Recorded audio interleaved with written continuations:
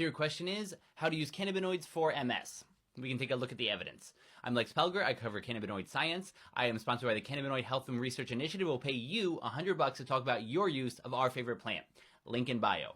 They also have a great newsletter that comes out every 2 weeks, curated by me with all the best new cannabinoid science. We have more evidence of cannabinoids for multiple sclerosis than pretty much any other condition. And that's because MS is both a neurodegenerative disease as well as an autoimmune condition where the brain's own immune system is attacking those myelin sheaths that are needed for electrical connectivity.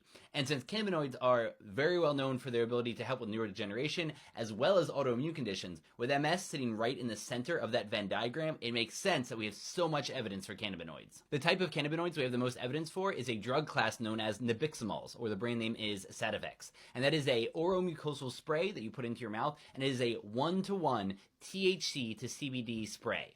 Here I've collected just a few of the numerous studies out there, and they show help for neuropathic pain, sleep quality, cognition, mental health, urinary bladder dysfunction, which is a big problem, sexual functioning, which is another big problem, gait speed, and spasticity, even in people with spasticity that is already resistant to treatment. For dosages, for the second study in this list, the Swiss one, people worked with their physicians to find the best dosage, and they averaged about 6 sprays of Sativex per day, which was about 15 milligrams of each of the cannabinoids, THC and CBD, which is a rather low amount. And then for another study on dosage is this last one from the UK Medical Cannabis Registry, and people averaged at around 120 milligrams of CBD per day and about 25 milligrams of THC per day. For ingestion methods, I always recommend having a baseline of an oral ingestion method because that will give you a couple of hours of protection. But for flare-ups of pain or spasticity or anything like that, it is great to have a vape pen on hand, especially a dry herb vape is probably the safest way to do it.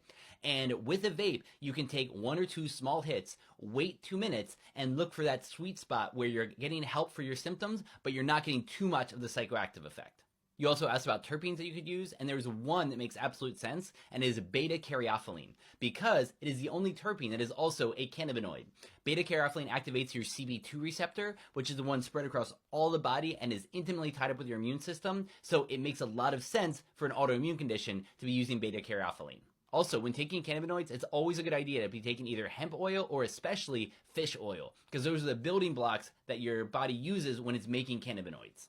I have one more cannabinoid to recommend, even though for MS specifically, there's only a little bit of preclinical data on it. But it's PEA, known as palmate oil ethanol amide. It's been studied since the Cold War for boosting the immune system of both adults and children. If you want to see a deeper dive, I did an article about it on Project CBD. I also did a deep dive video on the CV Sciences channel.